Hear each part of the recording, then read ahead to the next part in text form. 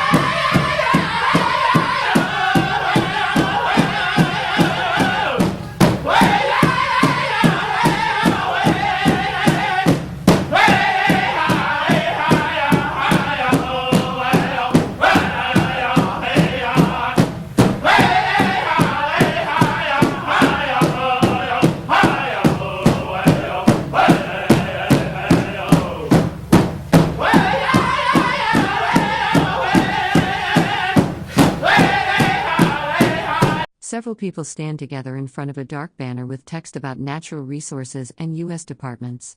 One person wears a white cap and white t-shirt with a circular design.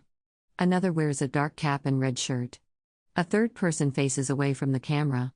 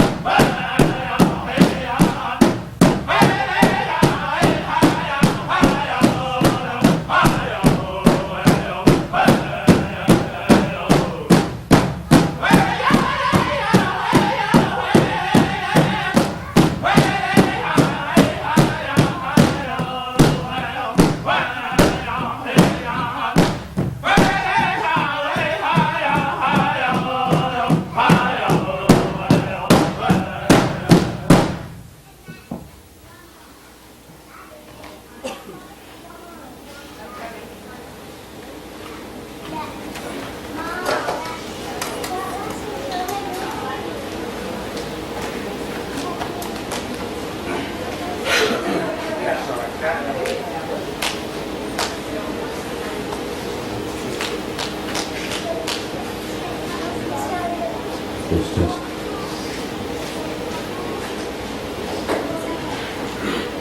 good afternoon. Those of you, most of you here know who we are.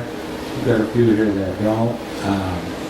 As you mentioned, we are the Omaha Singers, and that song that we just sang there is one of the songs we sing for the grass dance. And all of this story's probably been told here. The grass dance, as it is danced today, originally had its start here in Omaha tribe. It was originally called the Omaha dance by a lot of the tribes. A person wearing a red and white cap and dark shirt holds a microphone while speaking. Behind them is a blue banner with white text mentioning Department of and other partial words. And this is one of the songs that we sing throughout the powwow circuit, all the powwows that we travel to. We sing different styles for the different styles of dances. And at this time I want to introduce members of our group here. To my left here, starting here, would be my brother Evan. Next in line would be my brother Dustin Griffin. My brother Quentin, South C. My nephew Paris, South C. My brother Ever Baxter Jr. My brother Tony Tuttle. My brother Daryl Blackbird. And my nephew Justin South C. And we're going to sing a few more songs here. If you have any questions, feel free to ask away.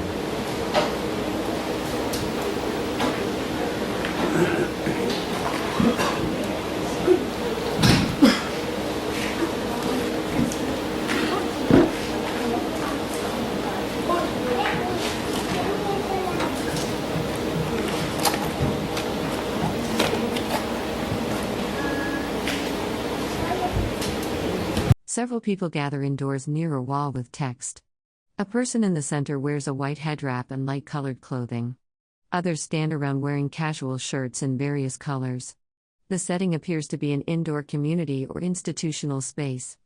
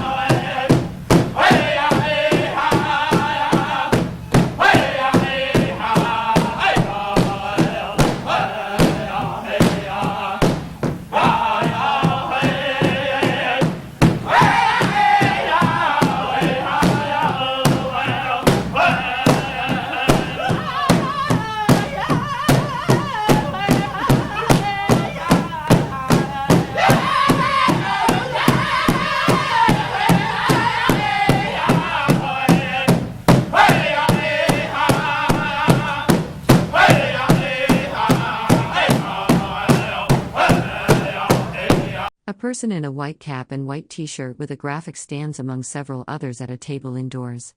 Behind them is a dark banner with white text listing government departments and agencies. People wearing red and blue clothing are visible around the table.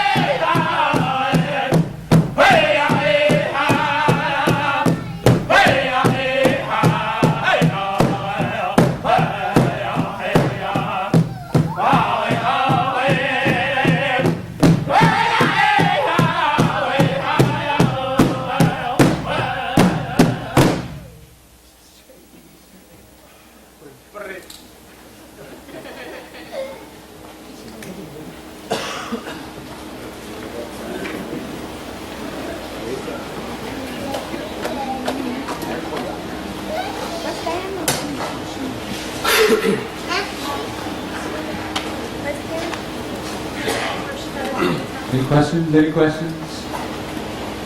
What kind of song was that? That was the intertribal song used for general dancing in the Paul Arena. It was made by my nephew, Bradley, who was here today. In our drum group here, a lot of the songs that we do sing are composed by the members of the group here. We all have a little part in how the songs are made and whatnot. And we also sing other drum group songs, other tribe songs and stuff like that. Our singers are diversified in a way that some of the singers here, they attend Sundances, they attend Native American church meetings, and we also have Sweat Lodge. Some of us participate in that, and we sing songs in there too. So it's not just out with the big drum that we sing. If there's no questions, any gentlemen, any questions? Alrighty. Did you introduce everyone? Oh, you did and I missed it? Sorry. Can I make a comment? Sure. That gentleman over there in the red shirt, I think he really helped. A person in a light blue shirt sits at a table while several others stand and sit around them in an indoor room. People wear casual clothing in various colors including red and brown. Park rangers in olive uniforms stand in the background near a doorway. A nice voice. Oh, yes, thank you. Well, you all sound very good. Oh, thank you. If nothing else, we'll continue on to our next song. Awesome.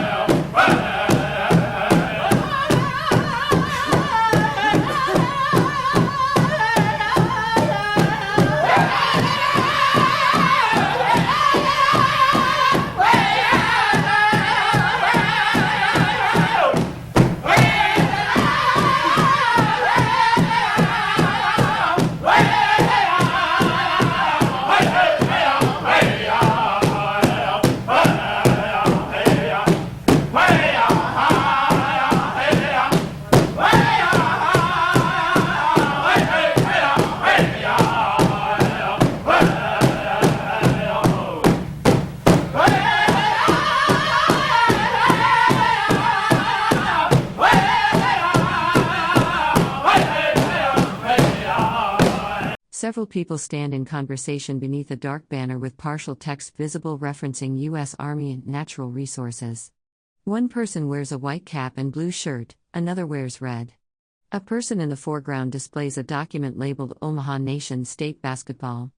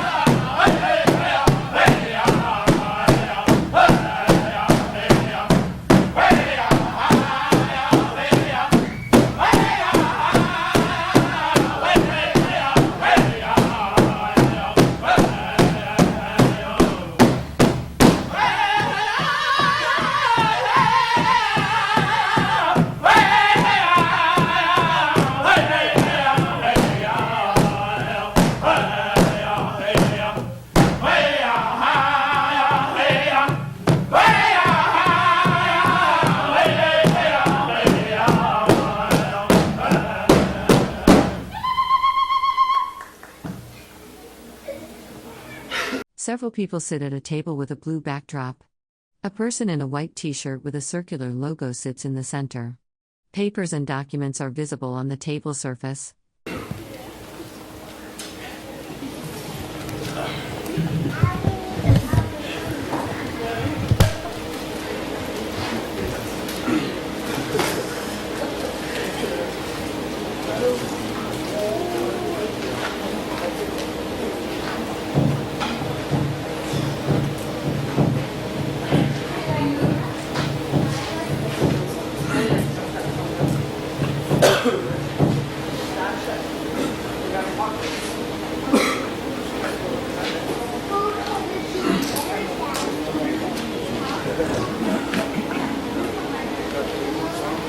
Can you explain why the drum is different? It's not sitting on the ground. The difference of the drum, you're holding onto the drum. What kind of drum is that?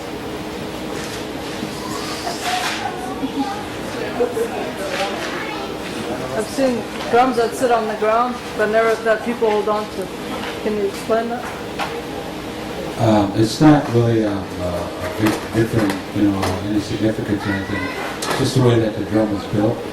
It's like some of these drum makers, they try different styles, and this is more like one of the other drums that are used is like what they call a hand drum, a smaller handheld drum, and just kind of like a variation of that.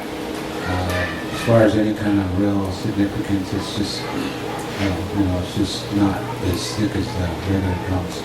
It does have a different sound because with the bigger drums, they have a bigger, resonance inside and all of that. So it will come off with a different sound. And one of the things that is important for the drums is that you keep the hides tight so that you can get the resonance out of them, so they can be heard out there.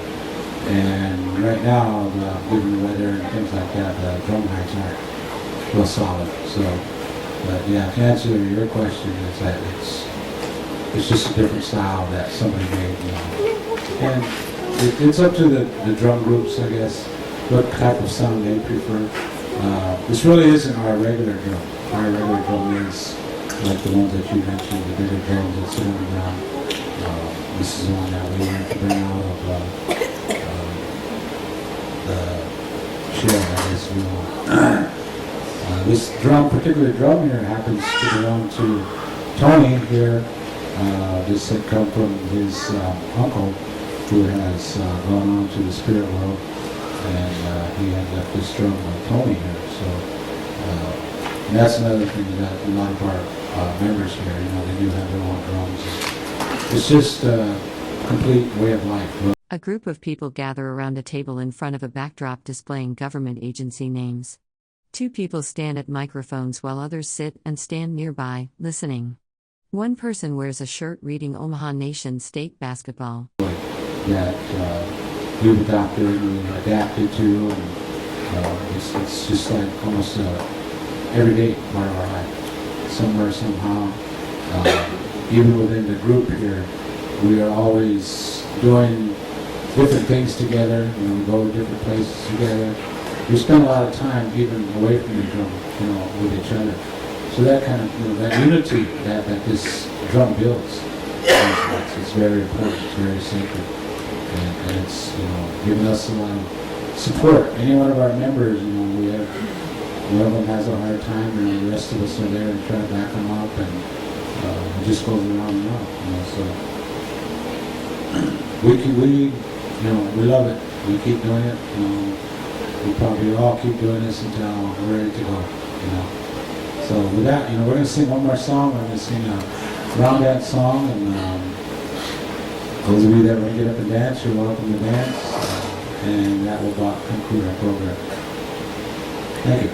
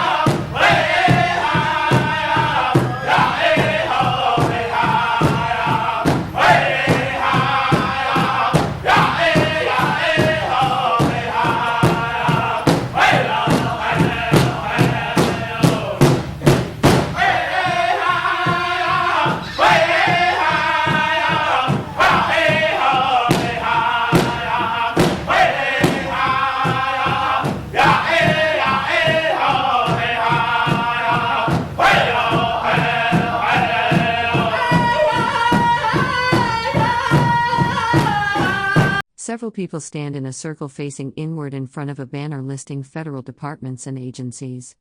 A person in the center wears a light blue shirt with Omaha Nation text visible on the back.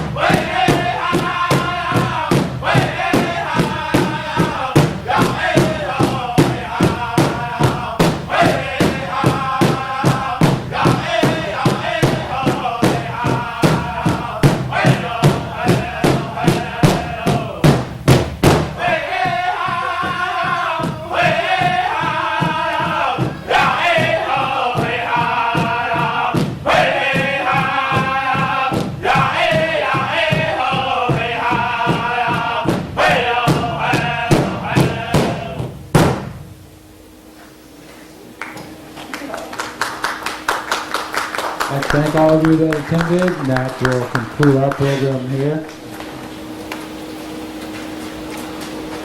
I'd like to thank the Omaha Lodge Singers for coming to our Core of Discovery 2 and the 10 to Many Voices. And I'd like to thank everyone for coming to the Core of Discovery 2 and the 10 to Many Voices. This is our last program for the day, but we do open tomorrow at 10 o'clock. A person in a ranger uniform stands at a microphone on a small stage. Several audience members sit in folding chairs facing the speaker. Banners and signage visible in the background indicate this is an official presentation venue. Many Voices in the Core of Discovery 2. It's been great being here in Macy in the Omaha Indian Reservation. Today in the 10 of Many Voices for this hour, we are going to have Standing Eagle Native Song and Dance Troupe. So let's welcome them, and thank you for being here and sharing with us. Thank you. I want to say welcome to the Lewis Clark Core of Discovery group from St. Louis, Missouri. Welcome to the Omaha Tribe. We're the Standing Eagle Singers of the Omaha Tribe. We got our start singing about around 1969 with my father, older brothers, and older relatives, and it's transpired down to what you see today. Today we have like about 20 members within our group, but due to school and work commitments, we couldn't all be here, but those of us that are here, and we'll try to share a little bit of our music with you. Like I said, our family comes from a culturally oriented family of song and dance, and also religious beliefs through our Native American church. But what we're doing today is with our big drum, and our grandfather, we have to thank him, Mr. Perry Satsisi, who made a way for us years and years ago. Unfortunately, none of us we had the opportunity to be here when our grandfather was still here. He had passed on before we were brought into this world. But yet he'd already made a way for us within this big drum as well as our small drum in the Native American church. And today, like I said, we're the Standing Eagle Singers. We're a family group coming from mostly from the Bird Clan, although we have others that are in the Thunder Clan and other Buffalo Clan, but yet we still come from one family. Today we have my daughter here, Pollyanna Sheridan, my nephew here, Fred, my brother Sean, my nephew Eamon, my nephew Mike, and my grandson Seaver. Today we're going to try to share a little bit of our music and try to let you know what the song means, what the meaning is, and why it was composed, and hopefully maybe when it was composed. But like I said, we're very happy to be here and be a part of history here. Maybe some years down the line when we've already gone on to that place that God's prepared for all of us, that our generations to come will be able to look at these things and maybe use some of what we're leaving behind here. So today I want to say thank you to the Lewis Clark Core of Discovery Committee, and ask us to be here and be a part of the program. And we're, as an Omaha people and as a family, we're more than thankful to be a part of this as a history of the Omaha people. Thank you.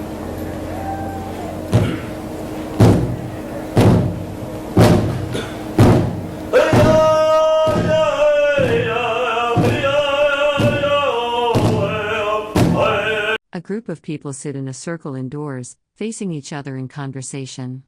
Behind them, a banner lists government departments and agencies. One person wears a yellow sleeveless shirt, others wear casual clothing. A person stands in the background.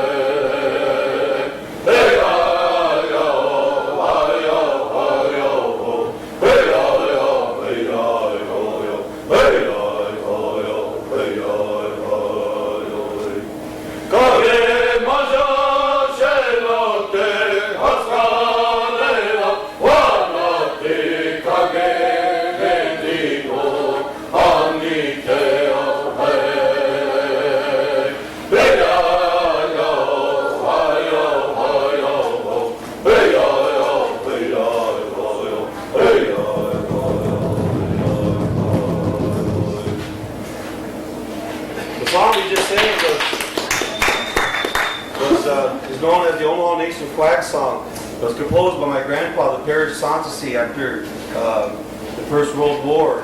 And the song talks about my brother, you going across the big waters to fight for this flag that we have flowing amongst our tribe today. A person in a light blue shirt and red cap holds a microphone while speaking. Behind them, a person in a Harlem basketball jersey stands to the left, and another person stands to the right. They are positioned in front of a dark panel with partial text visible. So that's a little bit about how that song was composed. And now we're going to move on to a couple of older songs that are not really say when the song was composed or how long ago, but we'll try to elaborate on that a little bit when we finish the song.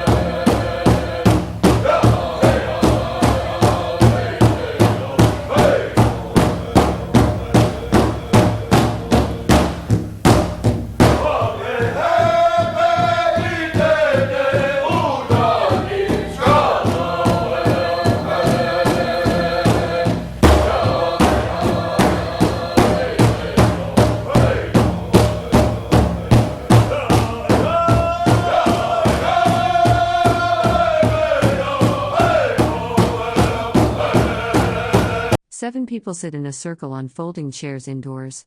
A banner behind them lists various U.S. government departments. One person wears a red cap and maroon sports jersey.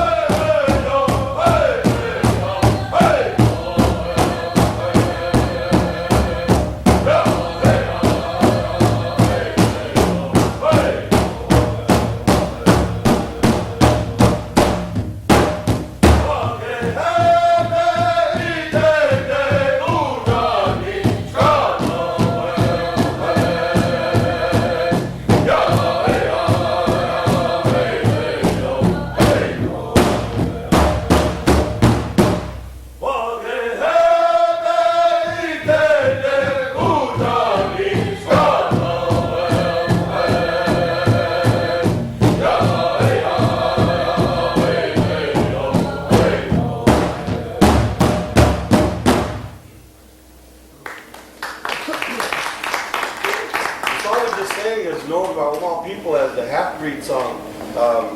My mother told me years ago that members of the Lamson family and there's a couple others that came to my grandfather, Paris Sanssouci's camp during the powwow one morning and asked for something special to signify the half-breed members of the tribe. And I don't know if it was that day or the next day that my grandfather sang that song. It's composed by Bicentennial. It talks about being the Wahehebe, meaning half white. You know, that's the way it is, but it's good today to be strong because of who you are. So we have a lot of half-breeds amongst our Omaha people, and that song was composed by my grandfather for them to use whenever they felt that they were being honored, or sometimes it's sung, and all the half-breeds will get up and dance to that song. So that's a little bit about where that song comes from and the composer.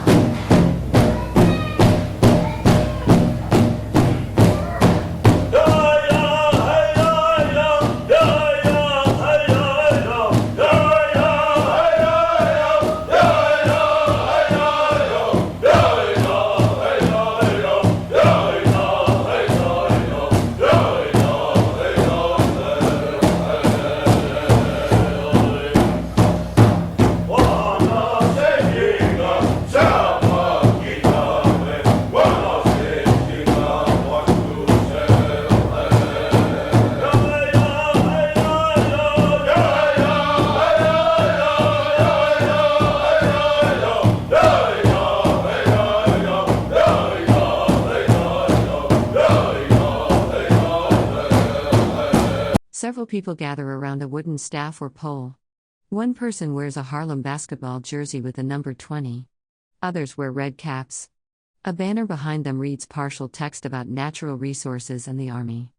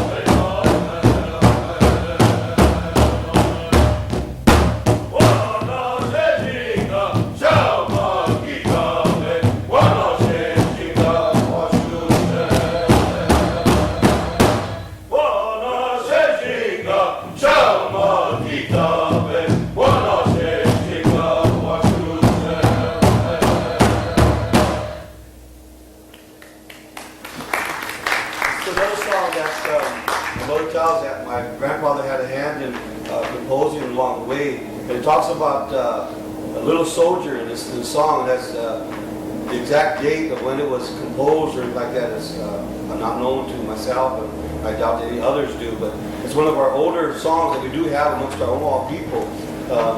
Unfortunately, you know, our people were dancing some 200 or more years ago. But yet, I don't know whether we have songs from those times or not. Maybe the tunes are still here, put with different words put to them. But these are some couple songs that we sing, are a couple of the older songs that we do have, you know, from years gone by, early last century. So now we're going to kind of move on to a little more update. You know, my father started singing back with our group back in 1969. Like I said, started with my older brothers and older relatives, and what you see today has been a product of that. Our mother and father was really instrumental in raising us in the city of Lincoln. My father retired after 38 years from the VA hospital there as an employee, and they always taught us that we need to know, you know, where we come from, who we are, and always be proud of who you are, because you came into this world, Omaha, and you're going to leave the same way. And along the way, you know, being raised in Lincoln, we had to live in two different worlds. And when you came into our yard, we had to do things in our Omaha way with our Omaha beliefs. But yet when we went out in the yard and to play with our other friends of other nationalities, we had to live in a whole new different world, as well as going A person wearing sunglasses and a red cap speaks at a microphone on a stage. Behind them is a dark banner with partial white text reading resource. Army, and a V-neck. A blue plaid shirt is visible. Went to school and trying to compete in academics as well as athletics.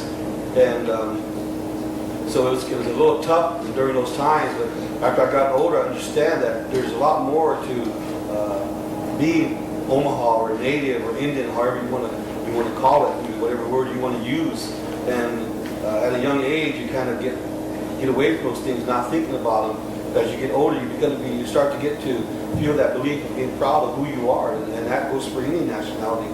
But today, we're a product of Clyde Sheridan and William Sansi Sheridan, our drum group, and they also paved the way with singing and dancing, as well as this big drum and the small drum in the Native American church. And we're trying to follow along those ways, and that's been some 30, almost 35 years that we've had a drum group within our family. Maybe not the same name, but the name has changed over the years. But we're still a group, and we still sing as a family. We try to encourage all of our younger ones. One time we counted all the singers in our family alone on both sides of our family, and there was over 50 singers that we have amongst our family. So we're kind of proud of that fact. I don't think too many families in any other tribes can make that statement. And also with my grandson and my nephews and my brother here and my daughter, other relatives, we also, as known as the Rough Riders, when we first started as the younger group, and we were the first group back in 1992. We were the first drum group, Native drum group that sang with the symphony orchestra on stage when we did at the Lead Center at the University of Nebraska at Lincoln, when we did the West Meets West, and we did a composition with the Omaha Symphony on stage, as well as doing that with the Omaha Symphony in Omaha. So we have the distinction of being the only and first and only that I know of drum group, Native drum group, to sing with the symphony on stage. So we're very, very proud of that fact. And so today we're still continuing with our music, and we try to stay together as a family, stay strong. So from now we're going to go on to more of a modern style of singing, where the beats up tempo and the songs are a little different, and most of the songs are composed by myself or our group.